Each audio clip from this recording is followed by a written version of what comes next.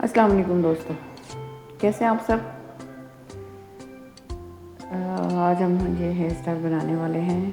एक बैंगल को हम यूज़ करेंगे सिर्फ, और उसी बैंगल के अंदर से हम दोनों साइड से बालों का एक एक सेक्शन गुजार के तो थोड़े से बाल लेके उसकी ब्रेड बना के तो उसके साथ हम इसको अटैच करते जाएंगे।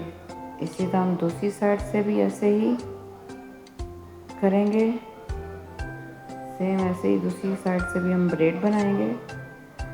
थोड़ी सी हम ब्रेड बना लेंगे तो उसके बाद हम जो बैंगल से बाल निकाले हैं उसको हम थोड़ा थोड़ा छोटा छोटा पार्ट लेके अटैच करके तो उस ब्रेड को हम मुकम्मल करेंगे। तो ये इतना खूबसूरत जो है हेयर स्टाइल रेडी हो जाएगा। सारी वीडियो में आप हमारे साथ रहिएगा लास्ट तक देखने के लिए। ये देखें, हेयर स्टाइल हमारा रेडी हो गया है।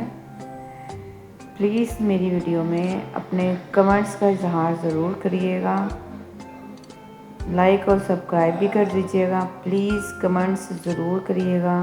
आपको मेरा हेयर स्टाइल अच्छा लगा हो तो बराए मेहरबानी कमेंट्स ज़रूर करिएगा।